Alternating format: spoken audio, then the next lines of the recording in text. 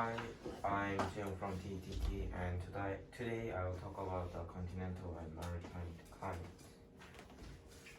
Before I start, I'll talk about how I divide my presentation.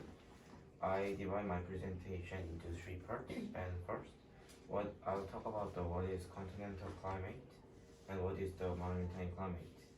I will mainly talk about characteristics of them and differences. Secondly, I'll talk about the effects of continental and maritime climates. And lastly, I will talk about quiz. So, what is continental and maritime climates? In this part, I will mainly talk about the continental climates, and the location of continental climates is inside of the red circle. It is inland from ocean, and it is also isolated from the ocean. It is not affected by the ocean's leveling effects because since it is isolated from ocean and it have a much larger swing in temperatures. I will explain the reason why they have these characteristics. And there are many issues about the fight between Ukraine and Russia, but they're both continental climates, so it can be the similar things. And then I will talk about the location of maritime climate.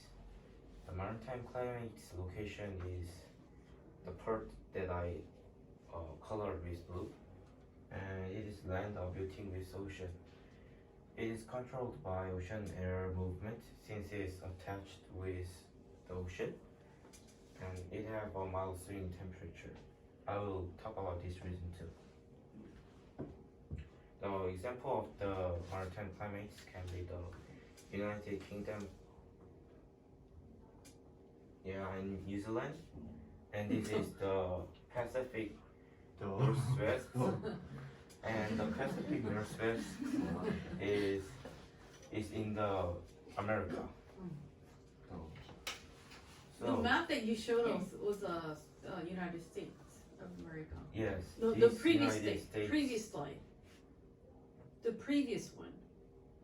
Yes, this one. Yeah. There. Yeah. It has and then I will explain why they have these reasons and these characteristics. The key factor is heat capacity, and it is 열용량. And ratio of heat, it means ratio of heat. Ratio of heat absorbed by a material to the temperature change. Water has an especially high heat capacity at 4.80 joule per gram Celsius. And this means that in 1 gram it needs 4.80 joule.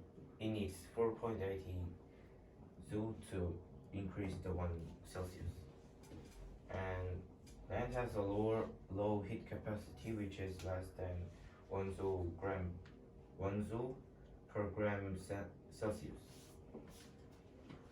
So this part of land is especially maritime climate, and that part is affected by the continental climate.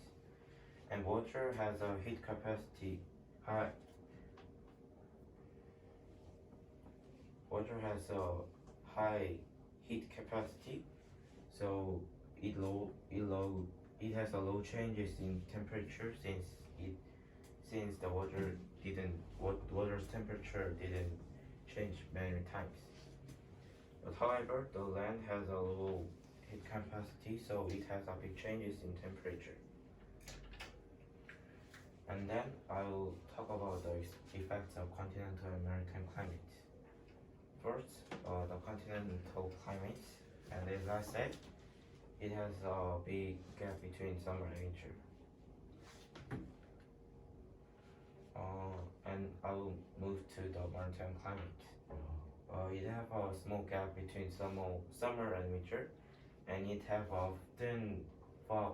It has often fog from ocean, and it has also a lot of rain. These two pictures is example of fog. 멋있다. Lastly, quiz. First, uh,